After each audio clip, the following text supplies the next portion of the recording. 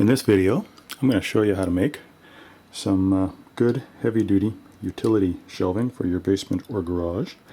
I've done this a lot because I've moved from house to house a lot in the last 5 or 6 years.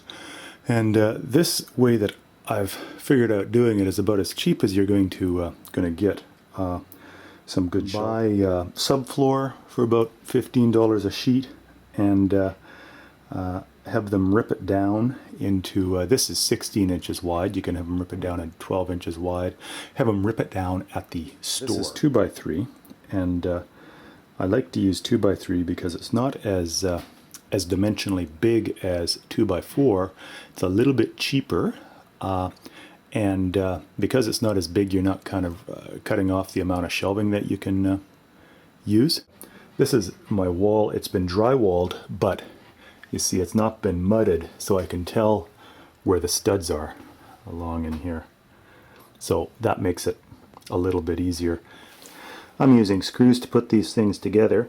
I'm attaching the 2x3 studs to the wall using 3-inch long nails.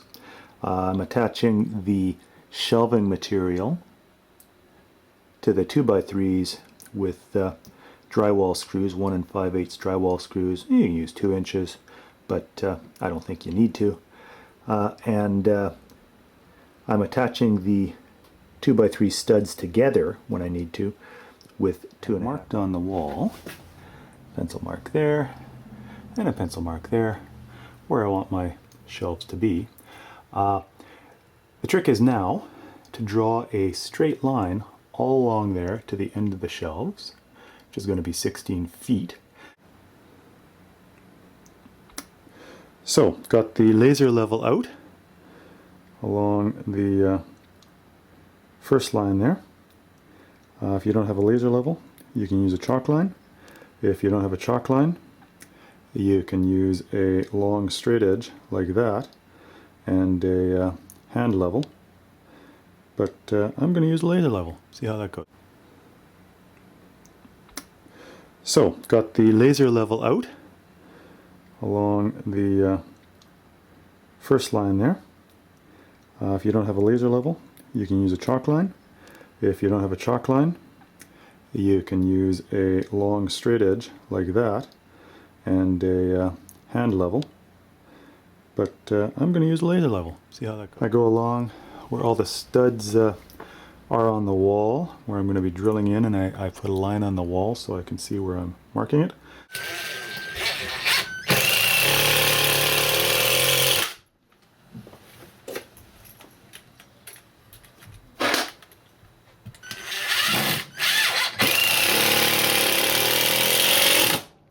I've taken a 2x3 and I've secured it to the front of the shelf, which gives the front of the shelf incredible strength. And I've just used drywall screws, 1 5/8. You can use 2-inch, about every 10 inches or so. So now I'm going to measure for the front supports of the shelves, the 2x3s. And to do that, I rest a 2-foot level on the back where the shelf's going to be. I get it level, and then I have a look and see. And that's about 56 1/4 inches. I'm not really worrying about getting this absolutely exact because it's not fine woodworking.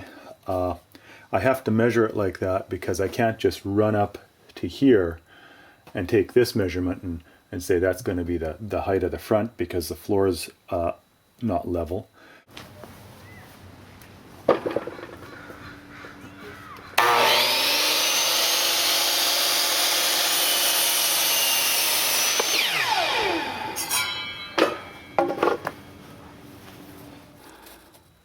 So I've leveled off the shelves, put in 3 front supports, kind of just to get me going so I have something to kind of hold it in place while I work on it.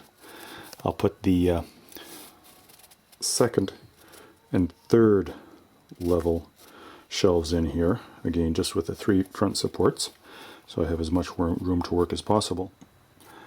I'll just show you some more detail here. I've just put in 1 screw at the front.